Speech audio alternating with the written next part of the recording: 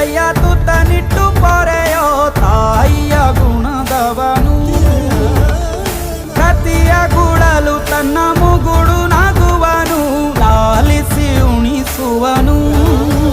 ಗೀತೆ ಬೋಧಿಸಿದ ಕೃಷ್ಣ ಇವನೇನೋವ, ಬಲ ಭೀಮನಿಗೂ ಬೆವರಿಳಿಸಿ ತೊಡೆ ತಟ್ಟುವ. ಹೆತ್ತವರ ರೀತಿ ಕನ್ಯಾದಾನ, ಕುಂತಲ್ಲಿಯೇ ಇವಗೆ ಸಿಂಹಾಸನ. ದಿಗ್ಗನೆದ್ದ ಭಜರಂಗಿ